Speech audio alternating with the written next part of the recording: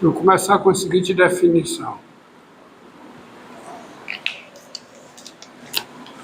Nós dizemos que uma sequência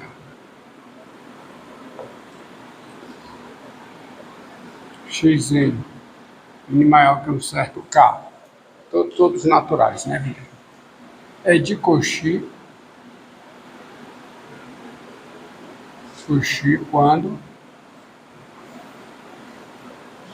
para cada epsilon positivo existe o natural n0 maior que ou igual a k, isto é, o natural n0 pertencente ao conjunto nk, tal que a seguinte implicação é verdadeira. M e N maiores que N0 implica Xn menos Xm menor do que epsilon. Em outras palavras, a sequência de Cauchy, quando eu puder fazer essa diferença Xn menos Xm, ficar tão pequena quanto eu queira, bastando para isso tomar os índices suficientemente grandes. Ou seja, os elementos da sequência vão se aproximando uns dos outros à medida que os índices vão crescendo. Tá certo? Eles são iguais ou são muito próximos? Mas eles ficam iguais? Hã? Eles podem ficar iguais? Podem, sequência constante. A sequência constante isso acontece. Tá? Sequência constante isso acontece. Tá bom? Hã? Os termos vão se... A distância entre eles vai diminuindo à medida que o índice N, né, esse índice aqui vai aumentando. E, mais do que isso, você pode fazer com que essa diferença fique tão pequena quanto você queira, bastando para isso escolher os índices suficientemente, tomar os índices suficientemente grandes. Tá certo? Agora,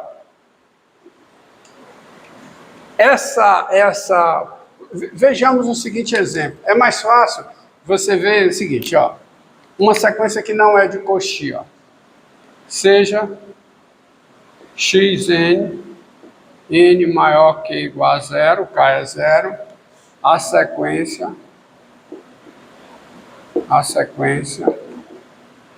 dada por, olha essa sequência aqui, Xn é igual a 1 se n é par, tá? E é menos 1 se o n é ímpar. Me responda, essa sequência de Cauchy? Não. Você vê que é verdade que isso aqui acontece, ou seja, a distância entre os termos está diminuindo à medida que o n e o m cresce? Não. Tá? Esta sequência não é de Cauchy.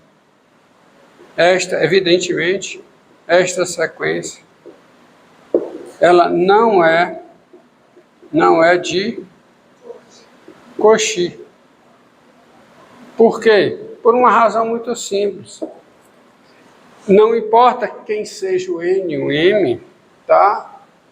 N par e m ímpar, a distância entre o xn e o xm é igual a 2.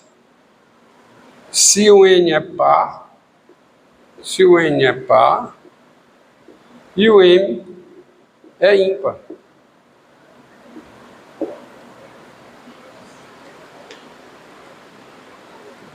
Tá? Então eu não vou ter isso aqui, quer dizer, com n e m crescendo, a distância entre eles não está diminuindo. Não está diminuindo. Porque em qualquer situação, quer dizer, eu posso, quaisquer que sejam as dimensões de n e m, tá? N par e n ímpar, a distância entre os dois é quanto? 2. A distância entre esse bicho aqui é 2. Então, essa sequência não é de Cauchy. Eu não consigo, para todo epsilon, encontrar um n0, por exemplo, para epsilon igual a 1 meio. Por exemplo, para epsilon igual a 1 meio, ou epsilon igual a 1. Eu consigo um n0 tal que, a partir do n0, todo mundo, a distância entre os índices, entre os termos, seja menor que 1? Não consigo. A distância é 2, se o n é par e o m é ímpar. Então, essa sequência não é de Cauchy. Então, o que é um critério bem interessante, é um critério interessante, esse critério, para decidir se uma sequência não converge. Tá? Porque há uma proposição que diz o seguinte. Olha essa proposição. Que é um critério, isso sim, essa proposição é um critério para você decidir se uma sequência não converge. Se ela não for de Cauchy, ela não converge. Porque esse resultado diz o seguinte, se essa sequência xn, n maior igual a k, é uma sequência de Cauchy,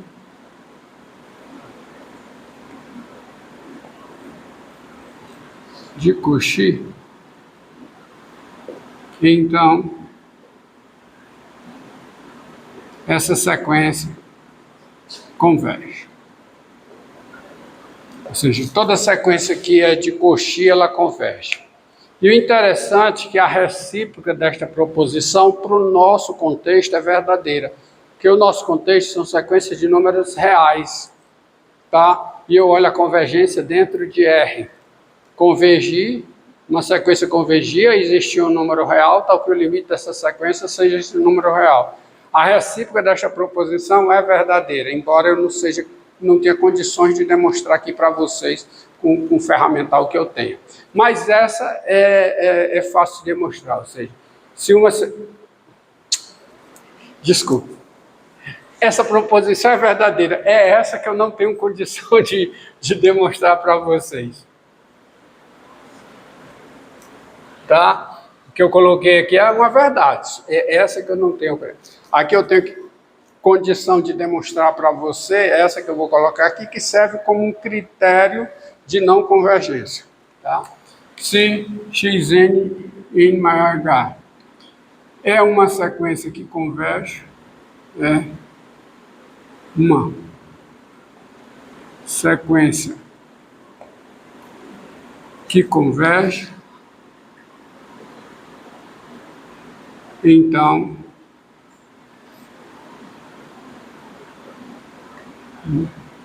é de Cauchy. É uma equivalência.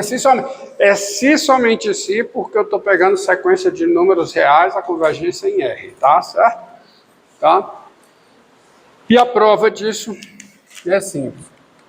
A recíproca dela é verdadeira e essa recíproca que eu não há como eu demonstrar aqui para vocês com o ferramental que eu tenho. Olha a demonstração. Se essa sequência, se xn, n maior igual a k, converge, então existe um L real, tá? Se xn converge, então existe um L real, tal que limite de xn, com n tendendo a mais infinito, é igual a... Isso aqui é convergir. Convergir é convergir para o número real. Tá certo? Daí, para cada epsilon maior do que zero,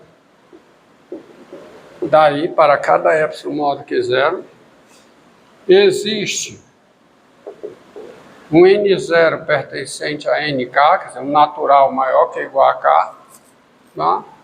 Tal que vale a seguinte implicação. N maior do que K, N maior do que N0, implica Xn menos L menor do que epsilon sobre 2. Porque se epsilon é positivo, dado epsilon positivo, epsilon sobre 2 é positivo.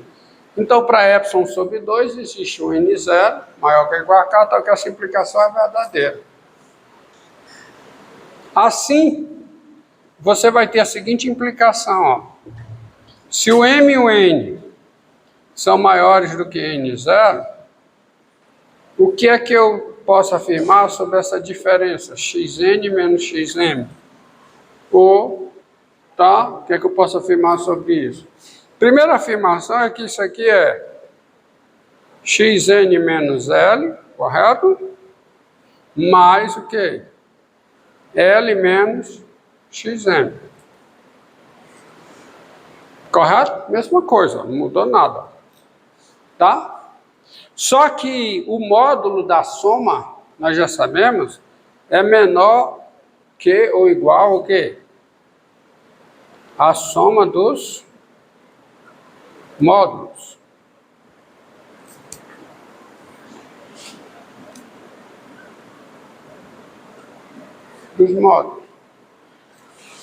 Mas, como o N é maior que o N0, por esta implicação aqui de cima, essa diferença é menor do que epsilon sobre 2.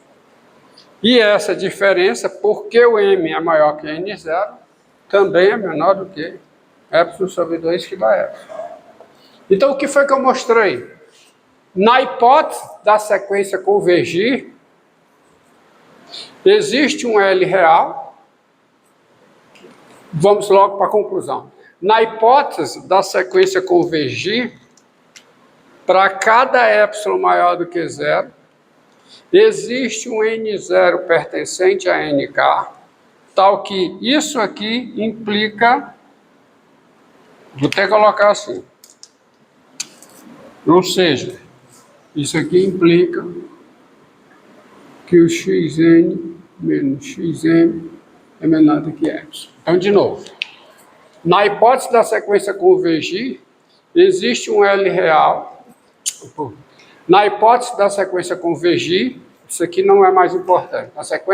Na hipótese da sequência convergir, eu provei que para cada epsilon maior do que 0, existe um N0 pertencente a NK, tal que M e N maiores que N0, isso aqui é suficiente para que isso aqui seja menor do que epsilon. Aí isso diz o quê?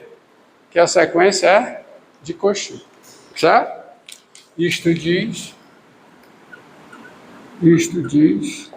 que a sequência Xn, N maior que H, ela é o quê? De Cauchy. Então, isso é um critério para você mostrar, ó, olha aqui, ó. Você tem a conclusão que essa sequência ela não converge. Tá? Por quê? Porque ela não é de Cauchy. Se essa sequência converge, então ela é de Cauchy. Como ela não é de Cauchy, ela não converge. Tá? Entendeu? Então, se uma sequência não for de Cauchy, ela não converge. Porque se ela converge, necessariamente ela é de Cauchy. Tá? Tem um outro resultado, um outro teorema, que é... Esse é um critério de convergência. Esse aqui é um critério de não convergência. Se a sequência não for de Cauchy, ela não converge. Porque se ela converge, eu provei que ela é de Cauchy. O outro teorema é o chamado teorema do confronto. Esse teorema é o teorema do confronto de limite para sequência, que é esse aqui, ó. Sejam 3 sequências. Uma sequência Xn, n maior que ou igual a K1. Uma sequência Yn, né? Um n maior que ou igual a 2. uma sequência Zn, n maior que ou igual a K3, e L, um número real. Tá? Se maior que ou igual. Maior que ou igual. Agora, se existe,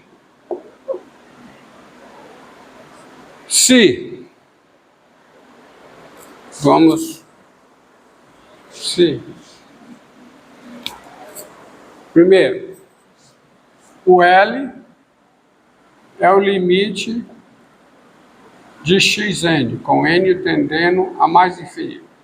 E também é o limite de Zn, com n tendendo a mais infinito. Tá? Se o L é o limite das duas sequências, xn e Zn. E, além disso, existe um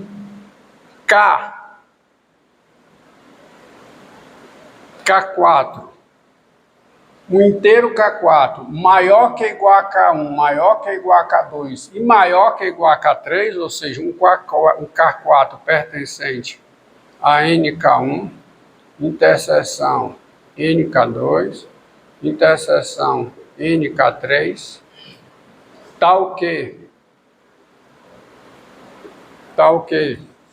você tem essa desigualdade aqui, ó, xn é menor que ou igual a yn, que é menor que ou igual a zn, qualquer que seja n maior que ou igual a K4, ou seja, se de K4 em diante vale isso aqui,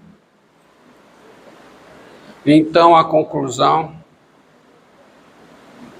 é que o L também é o limite da sequência yn. Isso aqui eu não vou demonstrar, a demonstração está nas notas, tá? Esse é o chamado teorema do confronto. Olha, porque olha o que é que você tem. É mais interessante eu esboçar esse gráficozinho aqui, ó. Essa figura. Vou colocar essa figura. Tá? Você tem o L, aqui o L. Aí você tem a sequência xn e xn tem limite L. Ou seja, com n crescendo, xn tende a L ou xn a L, tá? Aí você tem aqui o Zn com a mesma coisa. Tá? E a partir de uma certa ordem, a partir de um certo K4, o yn está entre os dois. Então, se o xn tende a L e o Zn tende a L, melhor dizendo, se o xn tem limite L e o Zn tem limite L, o que acontece com o yn? Tem que ter limite L. É intuitivo, né? Tá? É bem intuitivo isso aí. Isso é o teorema do confronto. Tá? Isso é o teorema do confronto. Tá? Olha o exemplo de aplicação. Ó. Seja a sequência, seguinte sequência, cosseno de n3 mais 1 sobre n3 mais 1. Essa sequência aqui, com n maior que ou igual a zero. Tá? Como? Observe, ó. O cosseno de n3 mais 1, não importa quem seja n, isso aqui é menor que ou igual a 1 e maior que ou igual a menos 1. Como isso aqui acontece, tem isso o seguinte. Dividindo tudo por n3 mais 1, você tem menos 1 sobre N3 mais 1 é menor que ou igual ao cosseno de N3 mais 1 sobre 3 mais 1, que é menor que ou igual a quê? A 1 sobre N3 mais 1.